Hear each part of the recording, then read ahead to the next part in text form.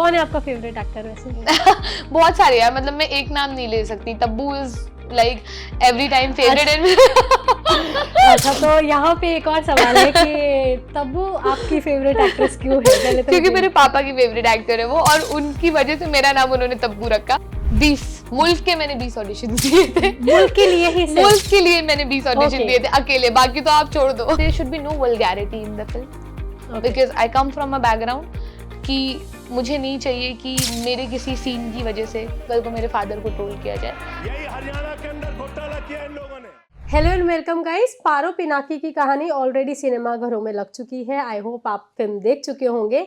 लेकिन आज हमारे साथ फिल्म की एक्ट्रेस ईशिता सिंह मौजूद हैं और आज हम उनसे बहुत सारी बातचीत करेंगे और स्पेशली आपको हम पर्दे पर दिखने वाली नहीं, उसके पीछे की ईशिता सिंह से भी मिलवाने की कोशिश करेंगे।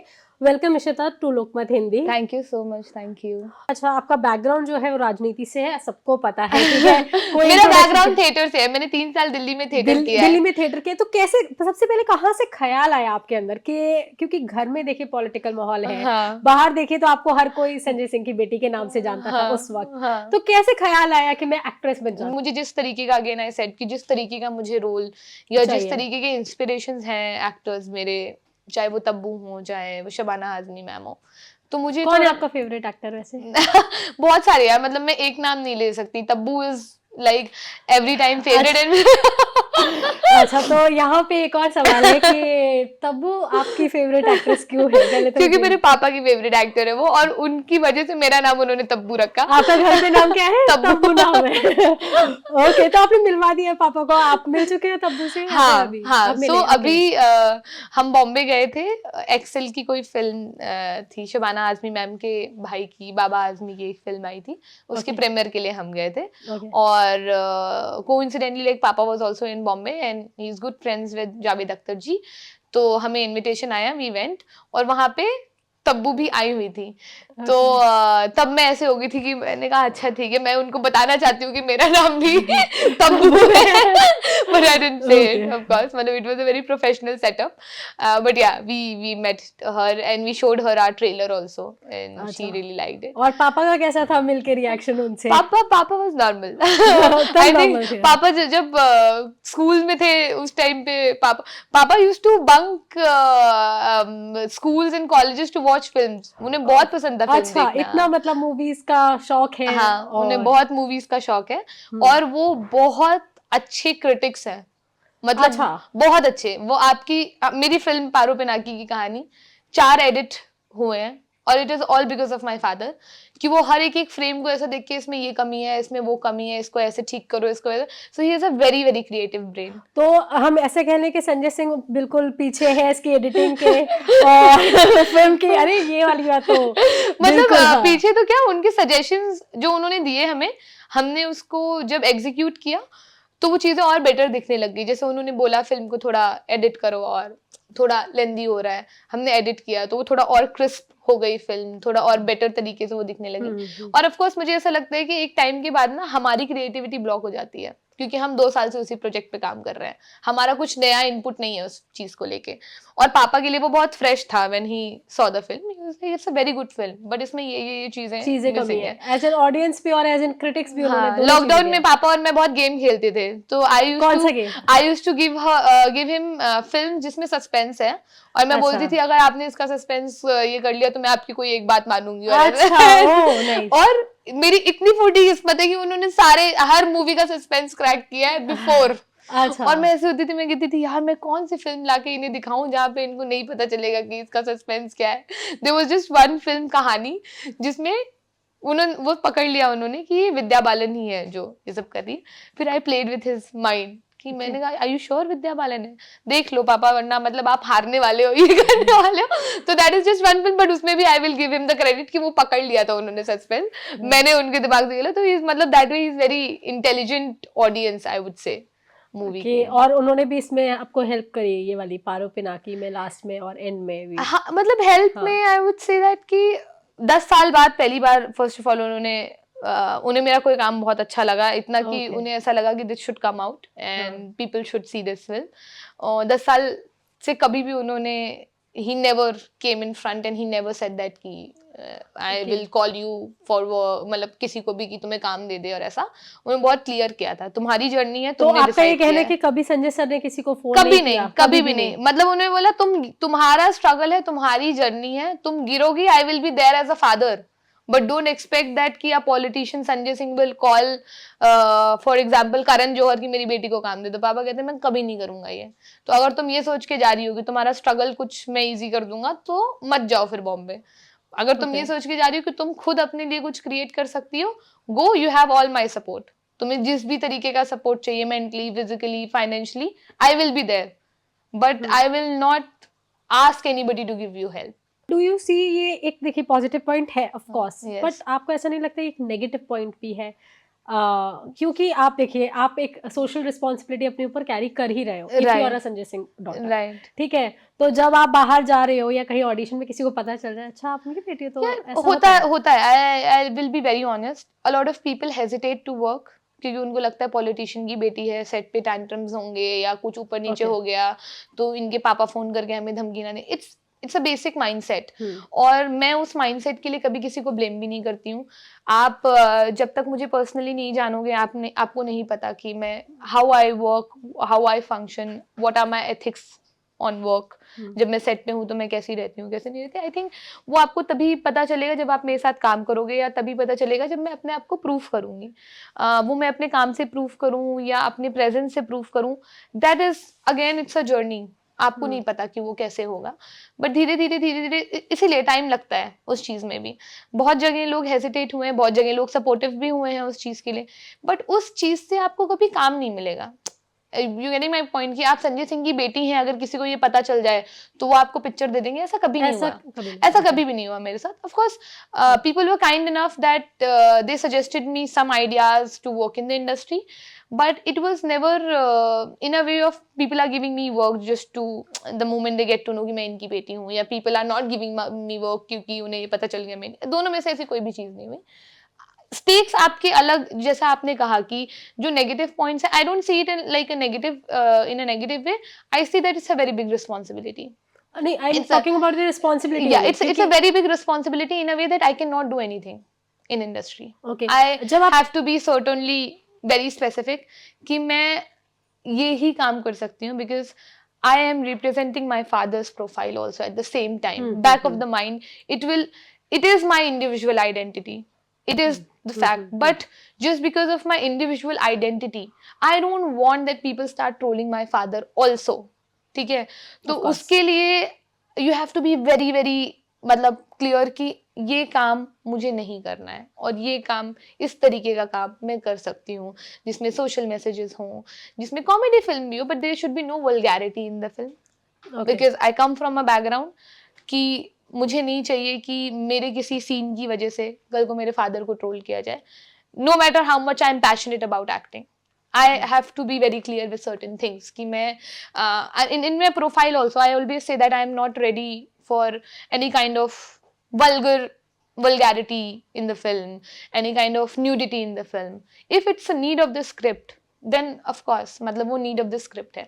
But if you say unnecessarily me coming in shorts and doing stuff like that, I will never do such kind of things. क्योंकि it's a responsibility. क्या आपको ऐसा फील होता है कि अगर मैं दिल्ली बेस्ड होती या फिर कंपैरेटिवली अगर मैं यहाँ से ऑडिशन देती या यहाँ पर ज़्यादा काम करती और बॉम्बे जाकर के लाइन में लगना वो ऑडिशन देना बाकी सब लोगों के साथ एक नॉर्मल पब्लिक की तरह वो कैसा एक्सपीरियंस वो बहुत अच्छा एक्सपीरियंस है क्योंकि again I will thank my father for it अगर उन्होंने कभी कॉल करके मुझे काम दिलवा दिया होता तो मुझे ऐसा लगता है कि मैं आज पारो का कैरेक्टर नहीं कर पाती या पारो जैसे कैरेक्टर से कनेक्ट ही नहीं कर पाती क्योंकि जब तक आप उस दुनिया को नहीं देखो आप उस दुनिया को समझ ही नहीं सकते और उस दुनिया को समझने के लिए आपकी लाइफ की एक जर्नी होनी चाहिए जिस जर्नी में you are meeting people you are sensitive enough to understand someone's problem वो मतलब वो आपको इस जर्नी में ही समझ आता है और जो ये 10 साल की मेरी जर्नी रही है एक्टिंग में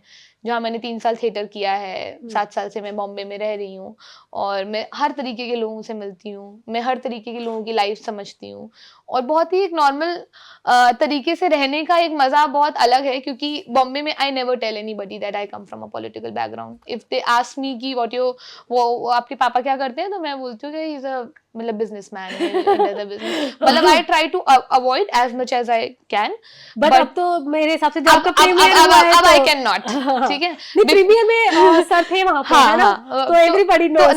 now I can not, but पहले तो मैं बहुत खेलती थी, इनिशियली तो मैं बहुत खेलती थी इस चीज पे कि मेरे फादर मतलब कोई बिजनेसमैन है, क्योंकि मुझे ऐसा लगता था कि पता नहीं वो नेगेटिव इमेज ना आ जाए। मैं आपको ऑनेस्टली बताऊं, बहुत हमारे घर में बिल्कुल भी पॉलिटिकल माहौल नहीं होता है। अच्छा। जब हम घर में होते हैं बिल्कुल भी नहीं, मतलब we only talk about films, we only talk about songs, we talk about industry. हम मतलब with my father also 90% of the conversation is films की ये फिल्म आई है, और ही इज अ मूवी बफ। उन्हें बहुत पसंद है पिक्चरें देखना, उन्हें बहुत पसंद है गाना गाना। वो ही ट्राइज की जब भी वो रात में आए, थोड़ा जब वो टाइम पे आ जाए तो वो कैरियोके लगाते हैं, वो गाना गाते हैं। So it's a very family kind of thing, उसमें कहीं पे भी कुछ पॉलिटिक्स नहीं है। अच्छा। तो बचपन से हमने वही देखा है, वो एटमॉस्फेयर में हम रहे, गाते हुए, हाँ पापा को गाते हुए। Of course politics was always a constant thing in the family.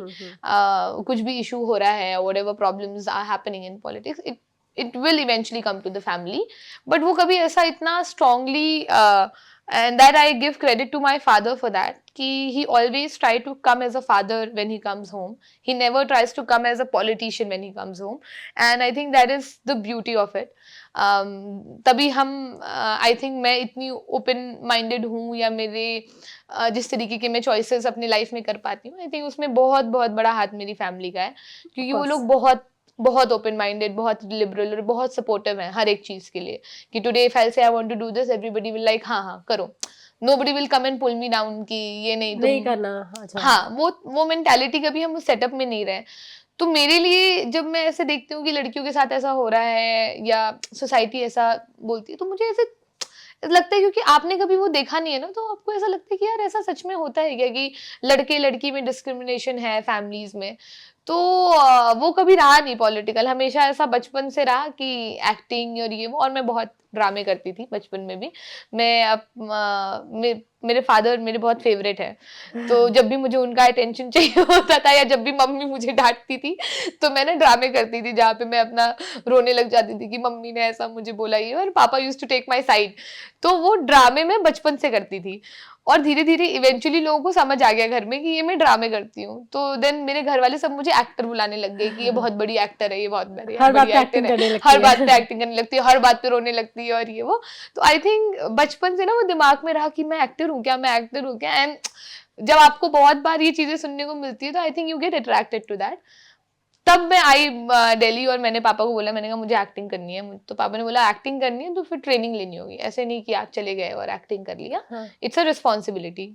मतलब हंसी मजाक तक ठीक है, but if you really want to come out in public and show yourself as an actor, then you get a proper training of it, and that's when I joined Asmita theatre group with Arvind Gaur sir and Shilpi Marwa ma'am. मैं as an actor अपने आप को बहुत एक long career में देखती हूँ। मैं अपने आप को बहुत, दैट इज वन रीजन कि मुल्क के 8 साल बाद आई डिड पारो पिनाकी की कहानी, क्योंकि मुल्क से पहले आपने कितने ऑडिशंस दिए थे? 20। मुल्क के मैंने 20 ऑडिशन दिए थे। मुल्क के लिए ही? मुल्क के लिए मैंने 20 ऑडिशन दिए थे अकेले, बाकी तो आप छोड़ दो। मुल्क के लिए मैंने 20 ऑडिशन दिए थे, क्योंकि वो मेरे को लेके बहुत कॉन्फिडेंस दिखा रहे थे।